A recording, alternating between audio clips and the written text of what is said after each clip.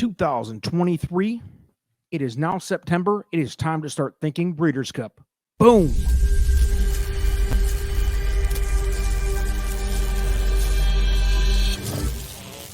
Yo, what up? This is Breeders' Cup Weekly, Episode 1. I'm your boy El Hombre here on Trust the Profits. Just a real quick reminder, please subscribe to the channel, like the video, all that good stuff. We appreciate it. Continue to grow the community. So listen, every week from here now through the big weekend in November, we're basically going to give you a show where we talk about all the win you're in races throughout the Breeders' Cup Challenge Series.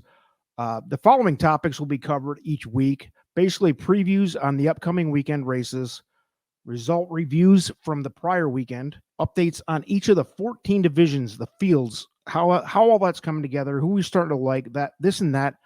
Tonight, however, because this is the first episode, we're going to run through these real quick. There are 5 win you're in events this weekend between Saratoga and Del Mar.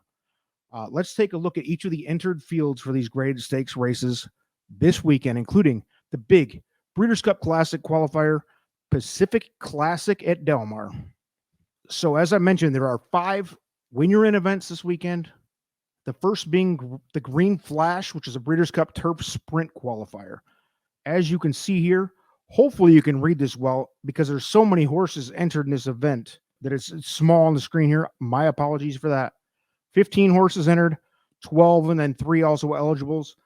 We're not going to discuss win picks, no strategy as far as picks goes on this show. This is simply a rundown of what's coming up this weekend.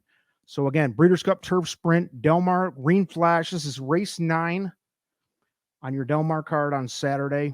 15, like I said, 15 horses, full field, going to the Breeders' Cup Turf Sprint. And we will be covering each of the divisions on the next episode as how they're coming together, who's in, who's maybe coming together as like a favorite choice, and drop your choices in the comments for each division. If you have a favorite that you've already picked out in any of these divisions, of course, we'd love to hear it.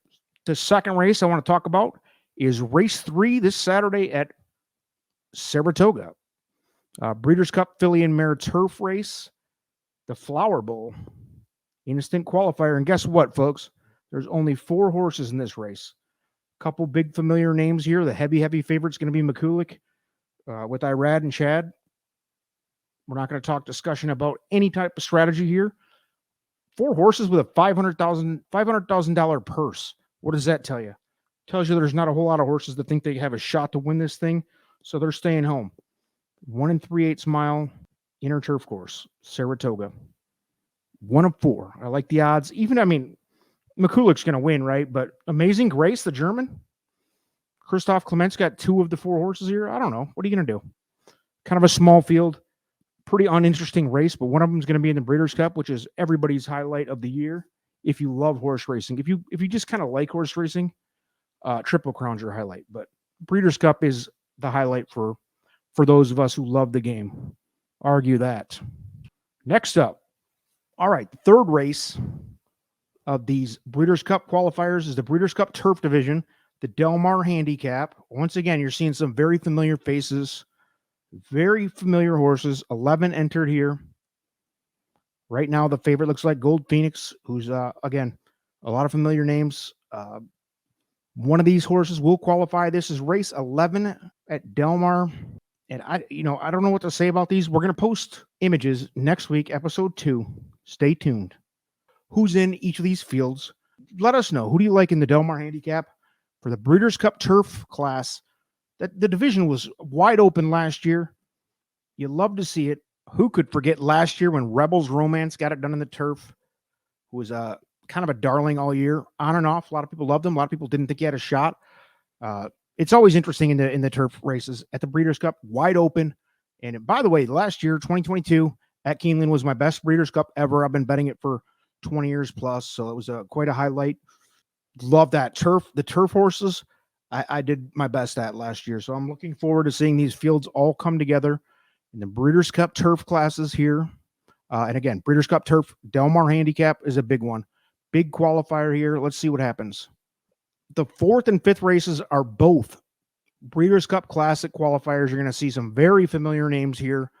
The first of the 2 going into the Classic is the Jockey Club Gold Cup at Saratoga.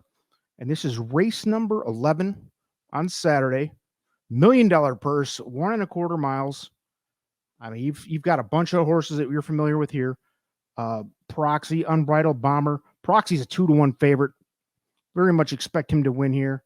You got a lot of sexy picks on the outside. Clapton, Rattle and Roll is a big name, especially as a 2-year-old was very highly touted. That's kind of disappointed. I'm not going to make any picks this week, but I do think Rattle and Roll is very interesting. Proxy should get it done. Rattle and Roll kind of co-favorites here. We'll see how that works out. But yeah, all the big names starting to come together. You love to see this collection of talent coming together for these fields. The Classic should be good. I think underrated because horses like Flightline and a lot of the great 3- and 4-year-olds, they all retired. So now there's this like new crop of good not great 3-year-olds, good 3-year-olds, and then you have a few good 4-year-olds. I mean, the older horses usually dominate the Classic.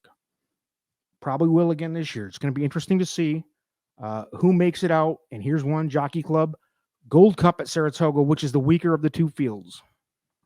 And last but not least, you have the Pacific Classic. Anybody ever heard of a horse called Flightline? Because he was your winner here last year and then went on to win the Breeders' Cup in a stellar fashion. One of the great horses of this generation, if not of all time.